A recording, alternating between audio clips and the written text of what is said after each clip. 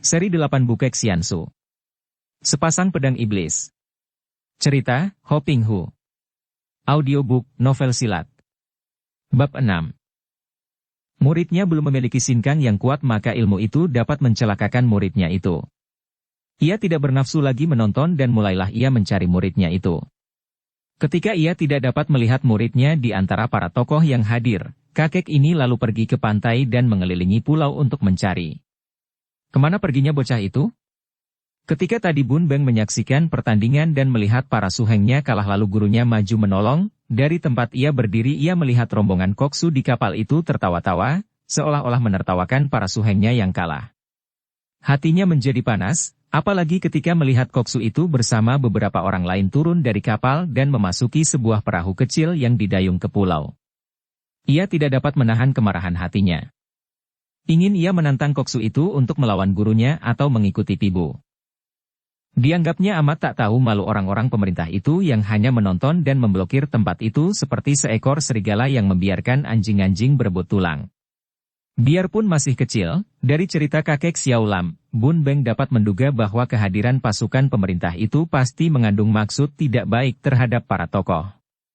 Ingin ia melihat jago-jago kerajaan itu turun gelanggang mengadu kepandaian dengan orang gagah. Maka ia lalu menuruni tebing, lupa akan gurunya, kemudian berlari menuju ke arah pantai untuk memapaki koksu negara dan pembantu-pembantunya. Yang berada di perahu kecil itu adalah Imkan Sengjin Bong Jikun sendiri, koksu bersama 5 orang pembantunya, yaitu Tian Tok Lama, Tai Li Lama, dan 3 orang jenderal pasukan pengawal. Perahu didayung oleh Betty Kong, panglima tinggi besar yang bertenaga kuat itu sehingga sebentar saja perahu telah mendarat. Setelah menyaksikan sepak terjang 2 orang utusan Pulau Es, Imkan Sengjin menjadi tertarik sekali dan sudah gatal-gatal tangan untuk mendekati dan kalau perlu ikut main-main dengan para orang gagah. Demikian pula dengan kedua orang Hueshio lama dari Tibet, ingin sekali mencoba kepandaian orang-orang sakti itu. Akan tetapi, baru saja mereka mendarat, seorang anak laki-laki telah menghadang mereka sambil bertolak pinggang dan memandang dengan mata melotot. Bocah ini bukan lain adalah Bun Beng. 6 orang itu heran melihat ada seorang anak kecil berada di tempat seperti itu. Sungguh tidak pernah mereka sangka. Tempat itu pada saat ini pantasnya hanya dikunjungi oleh orang-orang sakti yang berilmu tinggi, bukan tempat bermain anak kecil. Dan anak ini sengaja menghadang, berdiri menantang dan memandang dengan mata melotot marah. Bocah kurang ajar. Mau apa kau kesini? Hayo pergi. Betty Kong membentak. Akan tetapi Bun Beng tidak bergerak dari tempatnya, bahkan berkata nyaring. Siapa yang kurang ajar? Aku di sini tidak melakukan apa-apa, sebaliknya kalian yang sungguh tidak patut hanya menonton dan menertawakan orang. Kalau memang kalian ada kepandaian, mengapa tidak ikut Pibu saja ke sana? Ataukah beraninya hanya menertawakan yang kalah? Sejenak 6 orang itu terbelalak mendengar ucapan seperti itu keluar dari mulut seorang bocah yang usianya kurang lebih 10 tahun. Betty Kong menjadi marah sekali. Bocah setan, bentaknya dan tangannya bergerak menangkap pundak Bun Beng dengan maksud untuk dilemparkan agar jangan menghadang dan mengganggu. Wus, tangannya luput. Hal ini makin mengherankan mereka, terutama sekali Betty Kong. Seorang bocah masih begitu kecil sudah dapat mengelak dari tangkapannya. Hal ini benar-benar mengejutkan, karena seorang dewasa sekalipun belum tentu dapat mengelak secepat itu.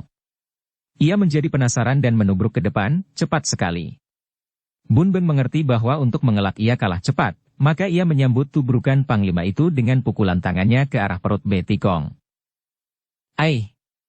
Betty Kong kaget, akan tetapi ia berhasil menangkap tangan kecil yang memukul, kemudian tubuh Bun Beng diangkat hendak dibanting.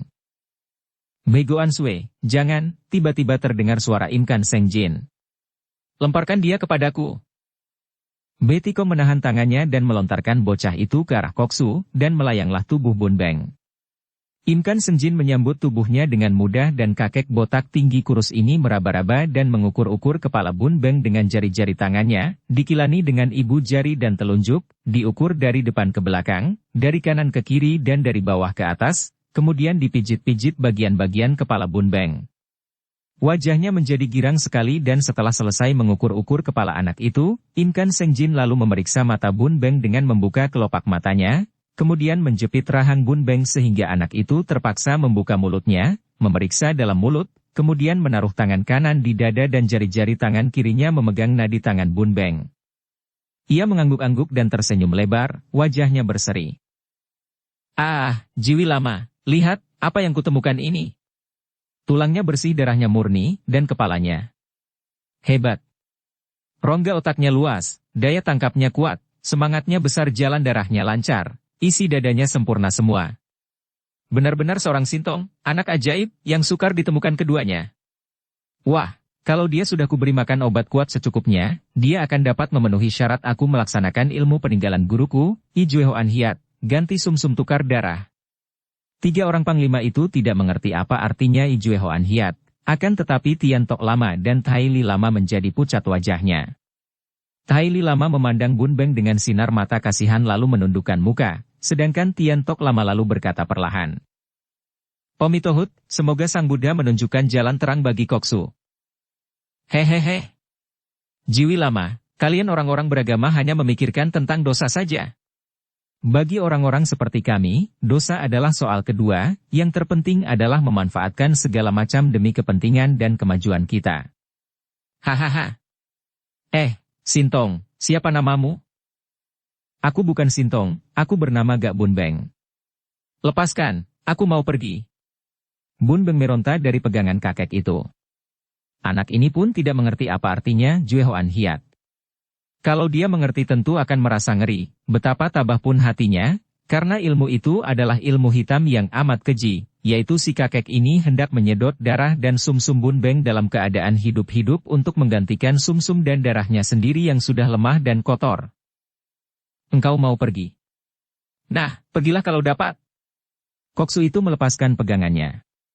Bun Beng menggerakkan kaki hendak berlari pergi akan tetapi tubuhnya tak dapat bergerak maju, kedua kakinya tak dapat digerakkan seolah-olah tertahan oleh sesuatu yang tidak nampak. Hahaha. Engkau tidak bisa pergi, Bun Beng, karena semenjak saat ini engkau harus selalu ikut bersamaku, tidak boleh berpisah sedikit pun. Tidur pun harus di sampingku. Hayo, ikut dengan kami menonton Pibu, hehehe. Tubuh Bun Beng didorong dan kedua kakinya dapat dipakai berjalan mengikuti rombongan itu. Akan tetapi setiap kali dia hendak melarikan diri, mendadak kedua kakinya tidak dapat digerakkan. Dia mulai merasa ngeri. Tentu kakek aneh ini menggunakan ilmu iblis, pikirnya. Bun Beng. Suhu. Bun Beng berteriak girang sekali ketika ia melihat munculnya kakek Xiao Lam di depan. Rombongan Koksu itu pun berhenti ketika mendengar Bun Beng menyebut kakek itu sebagai gurunya. Bun Beng, kesinilah engkau.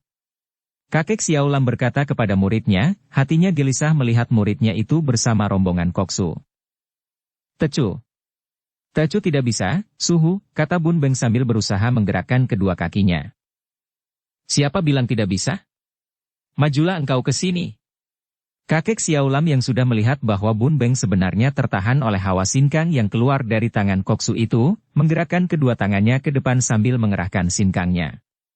Terdengar suara bercuitan dan tiba-tiba tubuh Bun Beng terdorong ke depan, ke arah gurunya.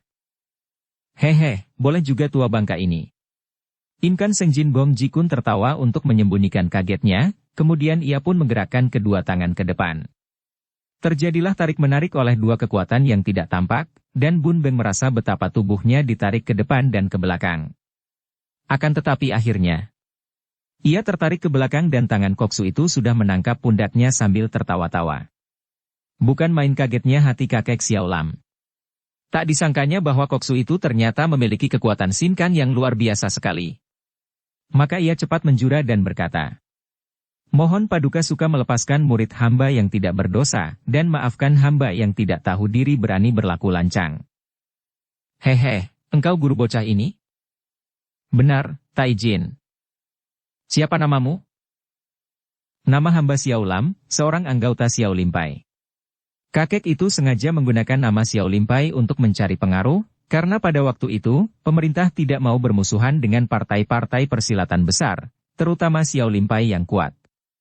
Tiba-tiba Tian Tok Lama mengerutkan alis dan berkata, seingat Pinceng, yang bernama Xiao Lam adalah seorang Huishio terkenal di Xiao Limpai.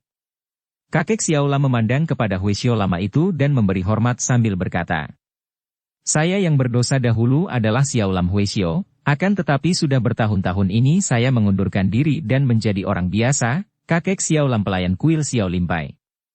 Mendengar ini, pandang mata kedua orang lama itu memandang rendah dan alis mereka berkerut. Tak senang hati mereka mendengar betapa seorang Huisio telah mengundurkan diri dari kependetaannya. Hal ini mendatangkan kesan di hati mereka bahwa kakek itu adalah seorang durhaka dan berkhianat terhadap agama. Kakek Xiao Lam, kalau engkau guru dari Bun Beng ini, kebetulan sekali. Aku akan mengambil muridmu ini, aku sayang kepadanya. Tidak, Suhu, dia tidak sayang kepada Tecu. Dia hendak menggunakan Tecu sebagai syarat ilmunya Ijue Hoan Hiat. Im Kan Seng Jin hendak mencegah Bun Beng bicara, namun terlambat dan seketika wajah kakek Xiao Lam menjadi pucat, matanya menyinarkan api kemarahan. Tak izin, harap jangan menghina murid Xiao Limpai. Kembalikan muridku. Bentaknya. Im Kan Seng Jin pun berganti sikap, memandang marah. Apa? Engkau pelayan kuil berani menentang aku? Berani melawan koksu kerajaan? Saya tidak melawan siapa-siapa, akan tetapi Bun Beng adalah muridku dan biar dewa sekalipun hanya bisa merampasnya melalui mayatku. Kakek itu sudah marah sekali karena ia tahu apa artinya nasib muridnya kalau hendak dijadikan syarat orang melaksanakan ilmu iblis itu. Hahaha, Jiwi Lama, lenyapkan Huisio yang durhaka ini. Im Kan Seng Jin berkata. Kedua orang lama itu memang sudah membenci kakek Xiao Lam, maka kini keduanya lalu menerjang maju dari kanan kiri, mengirim pukulan-pukulan dahsyat sekali. Dari kiri Tian Tok Lama memukul dengan ilmu Hek In Hui Hong Chiang sehingga angin keras menyambar disertai uap hitam. Adapun dari kanan Tai Li Lama juga memukul dengan pukulan sakti Sin Kun Ho Atlek. Melihat datangnya pukulan yang mengandung hawa sakti amat dahsyatnya itu, kakek Xiao Lam terkejut dan maklum bahwa dia menghadapi dua orang lawan yang amat kuat dan harus dilawan mati-matian, terutama untuk menolong muridnya. Maka ia pun mengerahkan sinkangnya, mengembangkan kedua lengannya ke kanan kiri dengan jari tangan terbuka dan menerima pukulan kedua lawan itu dengan telapak tangannya. Plak! Plak! Telapak tangan mereka bertemu dan melekat. Tiga orang itu berdiri tak bergerak, saling beradu telapak tangan yang mengeluarkan hawa sakti dan terjadilah adu tenaga sakti yang amat dahsyat. Beberapa menit lamanya ketiga orang kakek ini berdiri tegak tak bergerak, akan tetapi lambat laun tubuh kedua orang lama itu bergoyang-goyang, sedangkan tubuh kakek Xiao Lam masih tegak, sama sekali tidak terguncang, hanya dari rambut kepalanya mengepul uap putih dan mukanya pucat. Orang Xiao Limpai memang hebat. Terdengar Im Kan Seng Jin berkata perlahan. Sebetulnya, dia tidak berniat memusuhi Xiao Limpai akan tetapi karena dia tidak mau kehilangan Bun Beng, dia mengambil keputusan pendek. Tiba-tiba ia menggerakkan tangan kirinya, didorongkan ke arah dada kakek Xiao Lam. Angin yang keras dan panas menyambar ke depan, tenaga yang tidak nampak menghantam dada kakek Xiao Lam yang tentu saja tidak dapat mengelak atau menangkis karena dia sedang terhimpit oleh tenaga kedua orang lama yang sudah hampir ia kalahkan itu. Au!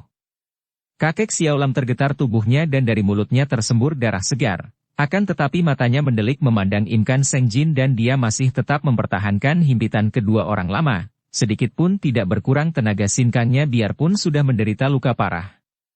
Tiba-tiba Bei Tikong mengeluarkan gerengan keras dan tubuhnya meloncat maju. Tampak sinar berkilat ketika ia menggerakkan senjatanya yang istimewa yaitu sebuah tombak gagang pendek. Cap! Tombak itu menusuk lambung kakek Xiao Lam sampai tembus. Suhu! Bun Beng menjerit, akan tetapi kedua kakinya tetap saja tak dapat digerakkan. Dengan mata terbelalak dan muka pucat ia melihat betapa suhunya roboh, mengerang perlahan lalu terdiam, tak bergerak lagi. Sejenak enam orang itu termangu-mangu, agaknya merasa tidak enak dengan adanya kejadian itu. Betapapun juga, yang mereka bunuh adalah seorang tokoh Xiao Limpai. Ambil racun penghancur, lenyapkan mayatnya. Im Kan Seng Jin berkata dan dua orang panglima cepat membuka bungkusan koksu itu, mengeluarkan sebuah guci, membuka tutupnya dan menuangkan benda cair berwarna putih perak ke atas tubuh kakek Xiao Lam yang menjadi mayat. Suhu! Bun Beng masih terbelalak sambil menjerit memanggil nama suhunya sampai jari tangan Im Kan Seng Jin menyentuh lehernya dan membuat ia tak mampu menjerit lagi. Dia hanya dapat memandang dengan mata terbelalak betapa mayat suhunya itu cepat sekali mencair. Dimakan benda cair putih itu dan terciumlah bau yang asam dan tajam menusuk hidung. Sepasang mata anak itu tak pernah berkedip melihat betapa mayat suhunya itu habis dan mencair sampai ke tulang-tulangnya, tidak ada bekasnya sedikit pun juga karena cairannya diserap oleh tanah, dan yang tinggal hanyalah tanah basah yang berbau racun itu. 2 titik air mata tanpa dirasakannya jatuh ke atas pipinya, akan tetapi Bun Beng tidak menangis. Tidak, sedikit pun dia tidak terisak, biarpun kedukaan menyesak di dada, karena kedukaannya dikalahkan rasa kebenciannya terhadap 4 orang itu. Berganti-ganti sinar matanya seperti 2 titik api hendak membakar tubuh Im Kan Seng Jin, Bong Ji-kun, Tian Tok Lama, Tai Li Lama dan Be Tikong. Terutama sekali Bong Ji-kun dan lebih-lebih lagi Be Tikong. Karena ia dapat menduga bahwa kedua orang itulah yang membunuh suhunya. Akan tetapi, 6 orang itu tidak mempedulikannya. Setelah mayat kakek Xiao Lam lenyap, bergegas mereka mengajak Bun Beng menuju ke arah lapangan yang dijadikan medan pertandingan. Kedua orang kakek utusan Pulau Es ternyata amat lihai. Berkali-kali maju orang-orang sakti yang memasuki medan laga untuk berpibu, namun kesemuanya dikalahkan oleh kakek Yap Sun dan kakek Tung Si Kalun. Semua orang menjadi gentar dan kini pihak Tian Liongpang dan rombongan Pulau Neraka sudah mulai berbisik-bisik. Agaknya mereka ini yang tadi nampak tenang-tenang saja sudah mulai memperbincangkan siapa yang akan mereka ajukan untuk menandingi 2 orang kakek Pulau Es yang sakti itu. Agaknya pihak Tian Liongpang yang merasa penasaran dan 2 orang kakek dari pihak ini sudah melompat maju. Mundur. Suara ini melengking nyaring dan tiba-tiba tampak sinar yang sebetulnya adalah bayangan putih seorang manusia yang melayang turun dari atas tebing dan hinggap di depan kedua orang kakek Pulau Es tanpa mengeluarkan suara. Seperti seekor burung saja. Semua orang memandang dan terbelalak melihat seorang wanita berpakaian sutera putih dengan sabuk sutera biru, bentuk tubuh yang ramping padat dan menggairahkan. Akan tetapi kepala wanita ini tertutup oleh kedok sutera putih seluruhnya, merupakan sebuah kantung yang ditutupkan di kepala sampai ke bawah leher, hanya mempunyai 2 buah lubang dari mana berpancar sinar mata yang indah, bening, namun mengandung hawa dingin dan tajam seperti ujung pedang pusaka. Kulit kedua tangan yang tersembul keluar dari lengan baju, amat putih dan tangan itu sendiri kecil halus seperti tangan seorang putri yang kerjanya setiap hari hanya merenda dan berhias. Akan tetapi, semua orang berhenti menduga-duga dan mengerti bahwa wanita berkedok itu tentulah ketua yang penuh rahasia dari Tian Liongpang.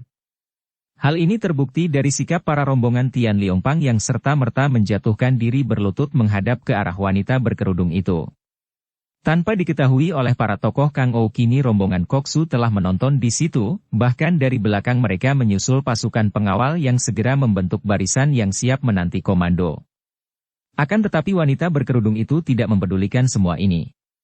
Dari balik kerudung keluar suara yang merdu dan halus, akan tetapi nyaring dan begitu dingin membuat semua orang menggigil. Apakah kalian berdua ini utusan Pulau Es? Yap Sun sudah mendengar akan ketua Tian Liongpang yang luar biasa. Akan tetapi seorang seperti dia pun tertegun ketika mendapat kenyataan bahwa ketua yang disohorkan memiliki ilmu kepandaian seperti iblis itu ternyata hanyalah seorang wanita, bahkan melihat bentuk tubuh dan mendengar suaranya, dia hampir berani memastikan bahwa wanita ini tentu masih muda. Akan tetapi, teringat akan majikannya sendiri yang juga hanya pemuda malah buntung kakinya, ia menyingkirkan keheranannya, kemudian menjura dan menjawab. Tidak keliru dugaan Pangcu yang terhormat. Saya Yap Sun dan Sute Tung Si Kalun ini adalah utusan dari Pulau Es. Bagus. Sudah cukup Pulau Es memperlihatkan kegarangannya. Sekarang robohlah. Ucapan ini disusul dengan serangan kilat yang luar biasa cepatnya. Tahu-tahu tubuh wanita ini telah menerjang 2 orang kakek itu dengan pukulan yang membawa angin halus. 2 orang kakek itu kaget. Makin halus angin pukulan, makin hebatlah karena itu menunjukkan kekuatan Sin Kang yang sudah tinggi. Akan tetapi dia dan sutenya merasa penasaran. Sebagai tokoh-tokoh Pulau Es yang tadi telah membuktikan kelihayan mereka, tentu saja mereka merasa tersinggung sekali ketika ketua Tian Liongpang ini menyuruh mereka roboh begitu saja. Maka cepat mereka mengelak dan karena maklum menghadapi pukulan kilat secepat itu mengelak saja masih kurang cukup, maka sambil mengelak mereka menangkis dari samping. Duh! Duh! Sukar sekali dipercaya oleh mereka yang menyaksikannya karena begitu lengan kedua orang kakek sakti itu bertemu dengan kedua tangan wanita berkerudung itu, tubuh mereka terlempar roboh bergulingan kemudian barulah mereka dapat meloncat bangun dengan muka berubah. Akan tetapi kakek Yapsun dan sutenya bukan orang-orang sembarangan. Mereka tidak terluka, hanya kaget saja dan kini keduanya sudah menerjang maju lagi dengan dahsyat. Bagus. Kalian boleh juga. Kata wanita berkerudung itu dan terjadilah pertandingan yang amat hebat. Kedua orang kakek itu mengeroyok dari jarak dekat, pukulan-pukulan mereka ampuh bukan main, namun semua pukulan mereka dapat dielakkan oleh si wanita berkerudung. Berkali-kali kedua orang kakek itu mengeluarkan seruan aneh dan terheran-heran karena melihat betapa wanita itu mengelak dan menangkis dengan jurus-jurus yang sama dengan serangan-serangan mereka. Karena penasaran, Yapsun lalu berseru keras dan mengirim pukulan dengan telapak tangannya, juga sutenya mengimbangi serangan suhengnya itu, dari pihak yang berlawanan mengirim pukulan dengan telapak tangannya. Aiih! Dan tubuhnya mencelat ke atas sehingga himpitan dua tenaga sinkang itu luput. Ia melayang ke depan dan turun sambil mencabut sebatang pedang pendek dan kecil, semacam pisau belati. Sambil bertolak pinggang ia bertanya. Bukankah itu tadi pukulan Fiang Xinjiang yang dahulu milik Kang To Ukui gak lihat si setan botak, dan satu lagi Suat Im Xinjiang, milik Mhabin Lomo Siang Koan Li si muka kuda. Kiranya ketua kalian mengajarkannya kepada kalian? Yapsun merasa mendapat hati dan mengira bahwa wanita itu jerih terhadap pukulan tenaga inti api dan pukulan sutenya dengan tenaga inti es, maka ia berkata. Apakah Pangcu yang terhormat jerih menghadapinya? Ai, sombong. Siapa takut? Majulah. Kedua orang tokoh Pulau Es itu menerjang lagi dengan pukulan-pukulan mereka yang amat berbahaya, akan tetapi wanita itu selalu dapat mengelak dengan cepat. Adapun Bun Beng ketika mendengar nama Kang To Ukui gak lihat si setan botak, menjadi terkejut sekali. Gak lihat adalah ayahku. Teriaknya perlahan dan karena Im Kan Seng Jin amat tertarik menyaksikan pertandingan itu, dia lupa menjaga sehingga tiba-tiba Bun Beng dapat melarikan diri. Akan tetapi tiba-tiba pundaknya dicengkeram tangan yang kuat sekali dan ketika ia menengok, kiranya tangan Panglima Bhe Tikong yang memegang. Pegang dia, jangan sampai dia lari, kata Im Kan Seng Jin tidak mau terganggu karena dia sedang menonton dengan hati amat tertarik. Memang hebat pertandingan itu, terutama sekali hebat bagi orang-orang saki berilmu tinggi seperti Im Kan Seng Jin, kedua lama dan para tokoh partai persilatan besar. Biarpun kedua orang tokoh Pulau Es itu hebat sekali, namun dalam waktu 30 jurus saja, kakek Yapsun sudah roboh tertendang punggungnya, dan kakek Tung Es Ika Lun dapat ditotok lumpuh dan kini dijewer telinganya oleh wanita berkerudung yang menodongkan pisau belatinya sambil berkata. Sesungguhnya aku segan untuk keluar berurusan dengan orang-orang kosong yang mengaku jagoan-jagoan Kang Ou. Akan tetapi karena golongan Pulau Es datang, aku tidak suka menyerahkan tugas kepada wakil-wakilku dan terpaksa keluar sendiri. Hayo katakan, di mana majikanmu pendekar siluman si kaki buntung itu? Kalau dia tidak keluar, kuambil daun telingamu. Tiba-tiba terdengar suara melengking tajam dari angkasa, disusul melayangnya seekor burung Garuda yang hinggap di atas batu karang tak jauh dari arena pertandingan, diikuti suara yang bergema. Siapakah mencari aku? Semua orang terbelalak memandang ketika seorang pria muda berambut panjang berwarna putih, pakaiannya sederhana, kaki kirinya buntung dan tangan kiri memegang tongkat butut, meloncat turun dari punggung Garuda raksasa yang berdiri gagah itu. Pria muda ini bukan lain adalah Sumahan yang terkenal dengan julukan pendekar siluman. Majikan Pulau Es. Semua mata, termasuk mata ketua Tian Liongpang, memandang kepada pendekar berkaki tunggal ini, bahkan Yapsun cepat menyeret kakinya yang pincang karena tendangan tadi, berlutut di depan Sumahan sambil berkata dengan nada melaporkan penuh penyesalan. Maaf, Tucu, kami berdua telah dikalahkan oleh Pangcu dari Tian Liongpang. Mohon keputusan Tucu. Akan tetapi Sumahan agaknya tidak mendengar laporan ini, atau tidak mempedulikan, juga tidak mempedulikan orang-orang lain yang hadir. Matanya mencari-cari, dan mulutnya berkata penuh sesal. Aku mencari dia. Ah, di manakah kalau tidak di sini? Kemudian dia berteriak, suaranya nyaring melebihi lengking Garuda tadi. Hongji, anak Hong. Di mana engkau? Hayo cepat ke sini. Suaranya bergema di seluruh permukaan pulau, akan tetapi tidak ada yang menjawab. Semua orang memandang terbelalak dengan hati tegang. Mereka yang pernah bertemu dengan Sumahan, baca cerita pendekar super sakti, memandang kagum karena mereka sudah mengenal kesaktian pria muda buntung ini. Adapun mereka yang sudah lama mendengar nama pendekar siluman akan tetapi baru sekarang bertemu, memandang takjub dan terheran-heran. Kelihatannya hanya seorang pria muda sederhana dan biasa saja, bagaimana bisa menjadi majikan Pulau Es yang begitu terkenal dan dijuluki pendekar siluman? Wajahnya sama sekali tidak seperti siluman, biarpun rambutnya putih dan panjang, malah membuat wajahnya tampak gagah dan tampan penuh wibawa. Tentu kepandaiannya yang seperti siluman dan diam-diam mereka ini bergidik ngeri. Kemanakah perginya Xiao Chia, Tucu? Kakek Yapsun bertanya dengan suara penuh kekhawatiran. Dia pergi dari Pulau Es, membawa Garuda betina. Kukira hendak menonton keramaian di sini anak nakal itu. Kiranya tidak ada di sini. Habis kemana dia? Pendekar siluman. Pendekar super sakti. Pendekar buntung. Hayo majulah melawan aku Ketua Tian Liongpang agar mata dunia terbuka siapa di antara kita yang patut menjadi pemimpin dunia persilatan. Tiba-tiba wanita yang berkerudung yang masih menodong leher kakek Tung Es Ikalun itu berseru merdu dan nyaring. Mendengar suara ini, Sumahan seperti tersentak kaget, seolah-olah baru sekarang dia mendengar suara itu dan melihat wanita berkerudung yang mengaku Ketua Tian Liongpang itu. Juga baru teringat ia akan pelaporan pembantunya bahwa 2 orang utusannya yang disuruh meninjau keadaan di pulau itu telah dikalahkan oleh Ketua Tian Liongpang. Seperti tidak disengaja, tangan kanan pendekar siluman ini menggenggam ujung segumpal rambutnya, kemudian tanpa menggerakkan kaki, tubuhnya berputar menghadapi wanita itu. Ia melihat betapa Yapsun masih belum dapat berdiri, masih berlutut dan melihat Tung Es Ikalun berlutut pula, ditodong belati oleh wanita berkerudung. Seperti orang tak acuh, pendekar siluman memandang wanita itu dan bertanya, suaranya perlahan namun jelas terdengar satu-satu oleh semua orang yang hadir dan semua orang menggigil karena suara ini terdengar datar dan dingin. Engkau siapa? Pertanyaan yang datar dan dingin ini seolah-olah hendak membuka kerudung dan menjenguk wajah si wanita. Tanpa disadarinya, wanita itu menundukkan muka sejenak, kemudian mengangkatnya kembali dan sinar mata dari balik lubang itu seperti memancarkan api. Akulah Pangcu dari Tian Liongpang. Dan aku menantang majikan Pulau Es untuk mengadu ilmu di sini. Akan tetapi Sumahan tidak mengacuhkan tantangan ini, bahkan tongkatnya bergerak dan tampak ujung tongkat itu menyentuh kedua pundak kakek Yapsun dengan perlahan. Paman Yap di sini tidak ada apa-apa, yang diperebutkan hanya bungkusan kosong. Kau ajaklah Paman Tung kembali dan bantu aku mencari kemana perginya bocah berandalan itu.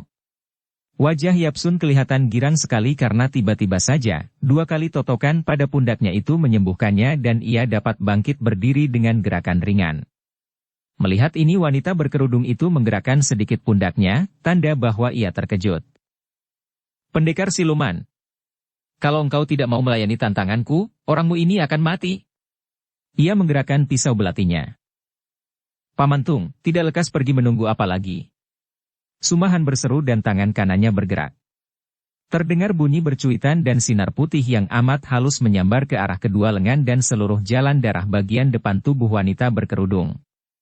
Wanita itu tidak menjadi gugup, bahkan tidak mengelak, melainkan memutar pisaunya di depan tubuh sedangkan tangan kirinya dengan jari terbuka menyambar ke depan. Akan tetapi wanita itu tampak tercengang dan marah ketika melihat bahwa yang ditangkisnya itu hanyalah segumpal rambut yang membuyar dan ketika ia menoleh ke arah kakek Tung Es Ikalun, ternyata kakek itu telah lenyap.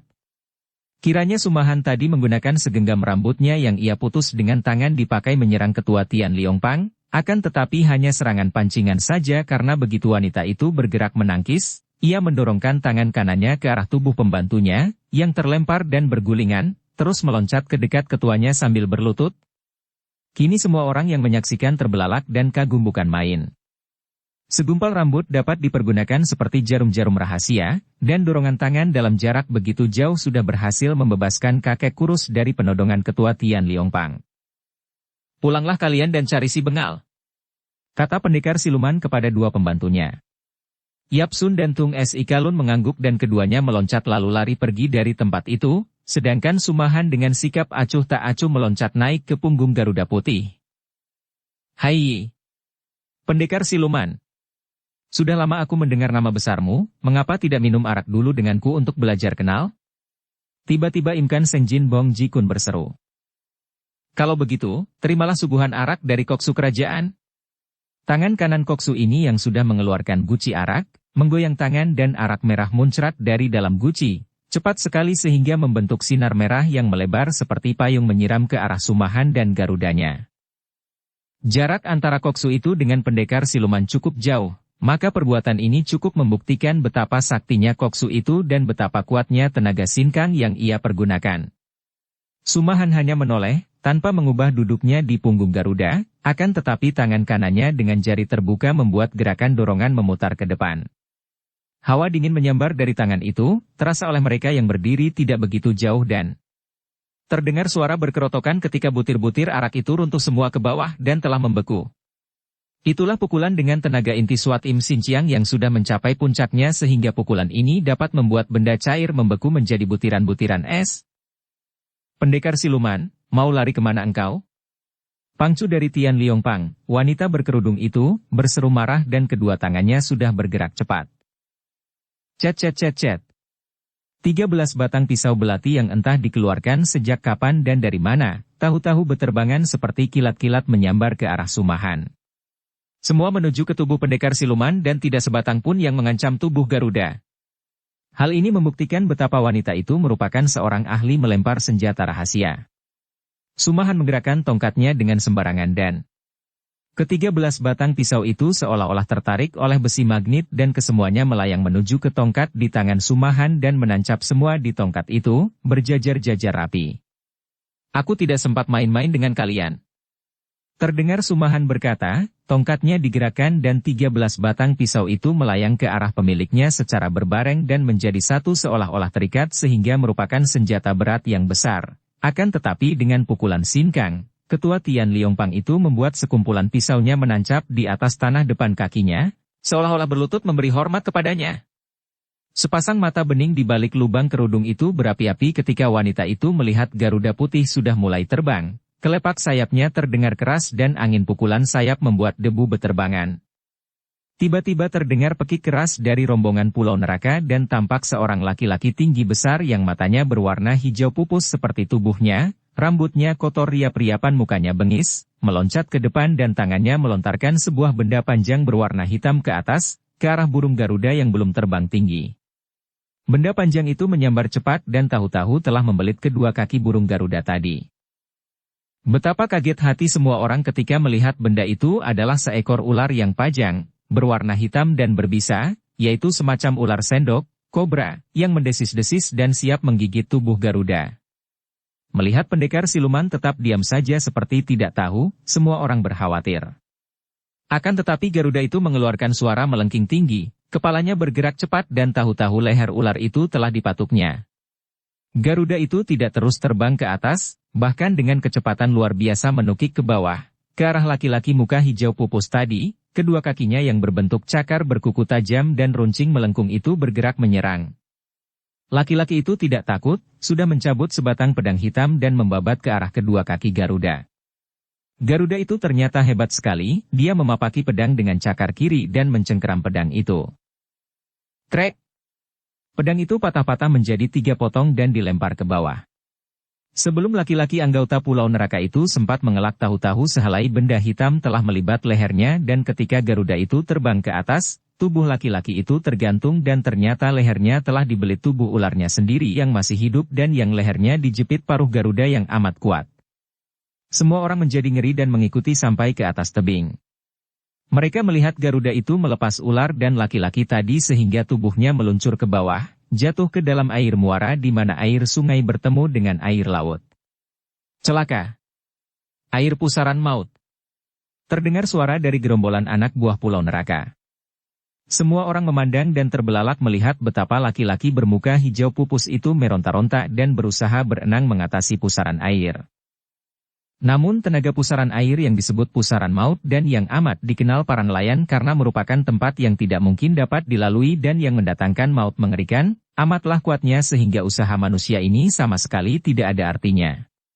Tubuhnya dibawa berputar, makin lama makin cepat dan akhirnya tubuh itu hancur lebur dihempaskan pada batu-batu di bawah tebing, karena pusarannya makin lama makin melebar. Semua orang menghela napas penuh kengerian dan burung Garuda itu kini sudah terbang jauh, hanya tampak sebagai sebuah titik putih yang makin menghilang. Wanita berkerudung mengeluarkan dengusan pendek, lalu bertepuk tangan. Dari atas tebing, melayang seorang wanita yang usianya kurang lebih 30 tahun, masih cantik jelita dan gerakannya tangkas. Tidak ada gunanya lagi aku di sini, kau wakili aku hadapi tikus-tikus ini. Katanya dan sekali berkelebat tubuhnya sudah melayang naik ke tebing dari mana dia tadi melayang turun, kelihatannya marah dan penasaran sekali. Hai! Pangcu dari Tian Liong Pang. Mari kita main-main sebentar. Koksu berseru, suaranya mengguntur seolah-olah menyusul tubuh yang melayang naik itu. Tubuh itu kini sudah lenyap di tebing tinggi, akan tetapi dari tempat tinggi itu terdengar suara merdu. Seperti juga pendekar siluman saya tidak ada waktu untuk main-main dengan Koksu. Kemudian sunyi senyap, hanya tinggal mereka yang berada di situ menahan napas, kemudian menarik napas panjang penuh kekaguman. Majikan Pulau Es dan Ketua Tian Liong Pang sungguh merupakan manusia luar biasa, seperti iblis. Mereka merasa menyesal mengapa tidak mendapat kesempatan menyaksikan dua orang itu bertanding silat. Kalau keduanya saling mengadu kepandaian, atau menghadapi Koksu yang sakti itu, tentulah mereka akan menyaksikan pertandingan-pertandingan yang amat luar biasa. Ketika melihat semua orang termangu-mangu, tiba-tiba Imkan Seng Jin Bong Ji Kun tertawa bergelak. Cui sekalian adalah orang-orang gagah dari segala penjuru dunia. Setelah kini berkumpul di sini bukankah bermaksud untuk mengadu kepandaian menentukan siapa yang akan menjagoy? Nah, lanjutkanlah. Pemerintah tidak akan menghalangi, bahkan akan ikut meramaikan. Kami sendiri tidak akan maju karena lawan-lawan yang seimbang telah pergi, akan tetapi pembantu-pembantu kami cukup kuat untuk ikut meramaikan pibu ini. Aku mengajukan pembantuku Betty Kong. Hayo, siapa di antara Cui yang berani menghadapinya boleh maju, jangan khawatir. Pertandingan melawan Panglima Kerajaan sekali ini tidak akan dianggap sebagai pemberontakan. Sekarang bukan zaman perang, dan ini adalah urusan pribadi di antara orang-orang yang menjunjung tinggi kegagahan. Begoan Sui, majulah. Dengan wajah berseri gembira Imkan Seng Jin Bong Ji Kun berkata kepada pembantunya. Betty Kong adalah seorang jenderal perang. Biarpun ia memiliki ilmu silat yang tinggi, namun sesungguhnya dia bukan berjiwa Kang Ou. Akan tetapi, sebagai seorang tentara, tentu saja dia selalu akan mentaati perintah atasan, maka setelah menyerahkan Bun Beng kepada seorang temannya, yaitu seorang di antara 3 panglima pengawal itu, ia lalu meloncat ke tengah lapangan dan mencabut senjatanya yang dahsyat, yaitu tombak gagang pendek yang bercabang, tajam dan runcing sekali. Bun Beng yang tadi menyaksikan sepak terjang pendekar siluman, hatinya berdebar tegang. Betapa ia mengenal pendekar itu? Tiada bedanya dengan 5 tahun yang lalu ketika pendekar itu menolong keluar kuil tua. Hatinya gembira sekali dan ingin tadi ia berteriak memanggil. Akan tetapi, Panglima Betty Kong yang menyebalkan dan amat dibencinya itu tadi selain mencengkeram pundaknya, juga membungkam mulutnya sehingga ia tidak mampu bergerak dan tidak mampu mengeluarkan suara pula. Betapa bencinya! Kini pendekar siluman itu telah pergi jauh, bahkan wanita berkerudung yang juga amat mengagumkan hatinya itu telah pergi pula. Dan baru sekarang dia dilepaskan oleh Panglima Bei yang hendak berlagak dalam pertandingan. Ia mencela dan diam-diam memaki. Baru sekarang berlagak. Coba tadi melawan pendekar siluman. Atau si wanita berkerudung, kalau memang gagah. Akan tetapi, hatinya lega juga setelah kini ia dioperkan kepada panglima lain yang berperut gendut itu. Biarpun panglima ini masih memegangi lengannya, namun tidak dicengkeram seperti Panglima Bei tadi. Agaknya panglima yang gendut ini memandang rendah kepada Bun Beng maka pegangannya tidaklah erat benar karena dianggapnya bocah sekecil itu bisa apakah?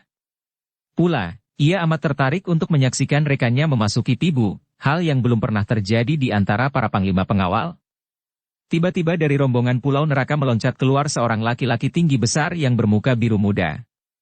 Melihat warna mukanya yang agak terang menandakan bahwa seperti juga orang yang mukanya berwarna hijau pupus tadi, yang ini tentu tingkatnya juga sudah cukup tinggi. Dan agaknya kini para tokoh pulau neraka yang semenjak tadi belum maju, menjadi penasaran. Apalagi melihat seorang anggota mereka tewas dalam keadaan begitu mengerikan. Mereka marah sekali, akan tetapi yang membunuh teman mereka adalah burung Garuda putih tunggangan pendekar siluman yang sekarang sudah terbang pergi sehingga mereka tidak dapat menumpahkan kemarahan hati mereka. Agaknya kemarahan itu akan dilampiaskan dalam pibu ini. Apalagi Koksu tadi sudah mengatakan bahwa pibu ini merupakan pertandingan perorangan, andai kata tidak demikian pun, mana orang-orang pulau neraka akan menjadi takut. Pulau Neraka tidak pernah takut terhadap pemerintah atau siapapun juga. Laki-laki tinggi besar bermuka biru muda itu telah mencabut pedang dengan tangan kiri, mukanya yang buruk dengan kumis pendek tanpa jenggot kelihatan muram dan kejam. Rambutnya yang riap-riapan itu diikat dengan sehelai tali putih. Kulitnya, dari muka sampai ke tangannya, bahkan matanya berwarna biru muda, amat menyeramkan. Aku Poksit dari Pulau Neraka akan melawanmu, Chiang Kun. Katanya dan tanpa menanti jawaban orang Pulau Neraka ini sudah menerjang dengan pedangnya yang amat panjang. Gerakannya kuat dan cepat, juga aneh sekali berbeda dengan ilmu pedang biasa. Panglima Betikong cepat menangkis dengan senjata tombak pendeknya. Ceringgi. Bunga api berhamburan ketika dua senjata itu bertemu dan keduanya merasa telapak tangan mereka panas. Tahulah mereka bahwa tenaga mereka seimbang, maka ini keduanya serang menyerang dengan hebatnya. Bun Beng menonton, akan tetapi pikirannya melayang-layang teringat kepada pendekar siluman dan wanita berkerudung yang mengaku sebagai ketua Tian Liongpang. Kemudian ia teringat betapa ketua aneh itu tadi menyebut nama ayahnya berjuluk Kang Toukui si setan botak. Botak seperti Koksu. Dan pukulan hebat dari Pulau Es tadi dikatakan oleh wanita berkerudung sebagai ilmu ayahnya, diajarkan oleh pendekar siluman kepada utusannya. Kalau begitu ada hubungan antara ayahnya dan pendekar siluman. Dan setidaknya, tentu ayahnya bukan orang sembarangan, melainkan seorang sakti pula. Itulah agaknya mengapa dulu ia dijadikan rebutan. Agaknya ayahnya itu dikenal dan dihormati orang-orang Tian Liongpang dan orang-orang Pulau Neraka yang hendak memeliharanya. Ketika ia melihat ke arah pertandingan, ternyata bahwa orang yang dibencinya, Panglima Betikong, terdesak oleh ilmu pedang yang amat aneh dari lawannya. Akan tetapi tiba-tiba Koksu mengeluarkan ucapan-ucapan dan sungguh mengherankan, gerakan Panglima itu berubah dan kini keadaannya berbalik. Si muka biru muda itu yang terdesak oleh senjata tombak pendek. Mengertilah Bun Beng yang sudah memiliki dasar ilmu silat tinggi bahwa Koksu itu bermain curang, memberi nasihat kepada pembantunya dalam bahasa yang tidak dimengerti orang lain. Perasaan marah membuat Bun Beng mencari akal untuk melepaskan diri. Ia teringat akan ilmunya Sia Kun Hoat, maka ia segera menggerakkan ilmu ini secara diam-diam, kemudian menggunakan kesempatan selagi perwira gendut yang memegangnya bergembira dan tertarik menyaksikan rekannya mendesak lawan, ia cepat merenggutkan dirinya terlepas dari pegangan Panglima gendut. Hei! Pergi kemana? Panglima gendut terkejut, akan tetapi Bun Beng sudah meloncat pergi dengan lincahnya. Rasa bencinya yang mendalam terhadap Panglima Betikong yang telah ikut membunuh suhunya, membuat Bun Beng pada saat itu tidak memikirkan hal lain kecuali membantu lawan si Panglima yang makin mendesak hebat dengan tombak pendeknya. Para pembunuh suhunya adalah 4 orang yang lihai bukan main. Apalagi Koksu dan 2 orang pendeta lama itu, mereka adalah 3 orang sakti. Mana mungkin ia dapat membalaskan kematian suhunya? Akan tetapi, Betikong merupakan orang keempat yang tidak sesakti 3 kakek itu, apalagi sekarang menghadapi lawan tangguh. Kalau tidak sekarang dia turun tangan membalas kematian suhunya, menunggu sampai kapan? Hanya inilah yang memenuhi pikiran Bun Beng, maka begitu ia berhasil membebaskan diri dari pegangan si Panglima gendut dengan ilmu melepaskan dan melemaskan tulang dan otot, ia segera meloncat dan menyerang dari atas ke arah kepala Betikong yang sedang mendesak si muka biru muda dari Pulau Neraka. Manusia curang! Rasakan pembalasanku. Bun Beng membentak sambil meloncat dan menubruk seperti seekor anak harimau yang tidak mengenal takut. Memang hatinya marah sekali, bukan hanya karena kematian suhunya yang dikeroyok secara curang, juga menyaksikan betapa Panglima Betikong ini sekarang dapat mendesak lawan karena dibantu oleh Koksu. Dan memang sebenarnya lah dugaan Bun Beng ini. Ketika tadi melihat anak buahnya itu terdesak oleh tokoh Pulau Neraka yang bermuka biru muda, Im Kan Seng Jin Bong Ji Kun menjadi jengkel dan juga khawatir sekali. Kekalahan Panglima Kerajaan berarti sebuah pukulan bagi kedudukannya dan akan membuat dia malu. Dia tidak menyalahkan Betikong yang terdesak lawan karena memang orang Pulau Neraka itu memiliki ilmu pedang yang aneh sekali gerakannya. Maka Koksu yang sakti ini cepat memperhatikan gerakan orang itu, mempelajari dasar dan intinya, kemudian ia memberi nasihat kepada Betikong dengan bahasa daerah Manchu dan begitu Betikong mentaati nasihat ini, benar saja, ia dapat mendesak lawan dengan tombaknya. Serangan seorang bocah berusia 10 tahun tentu saja tidak akan ada artinya bagi seorang lihai macam Betikong. Akan tetapi karena Bun Beng melakukan penyerangan selagi dia menghadapi seorang lawan yang amat tangguh, Hal itu amat berbahaya. Apalagi karena bocah itu pun bukan sembarangan bocah, melainkan seorang anak yang telah bertahun digembleng oleh seorang tokoh sakti Xiao Limpai. Sedikit saja dia mengalihkan perhatian kepada Bun Beng, tentu dia terancam maut di ujung pedang si muka biru muda. Akan tetapi Betty Kong adalah seorang yang sudah banyak mengalami pertempuran dahsyat, maka dia tidak menjadi gugup. Dengan gerakan cepat ia menyerang lawan dari bawah sambil merendahkan tubuh dan mengelak dari sambaran tangan-tangan kecil dari atas yang memukul ke arah kepalanya. Serangan Bun Beng mengenai tempat kosong dan tubuh anak itu terpaksa melayang turun di belakang Betty Kong. Bersambung ke bab 7. Dukung kami dengan subscribe, follow, like, komen dan share. Terima kasih.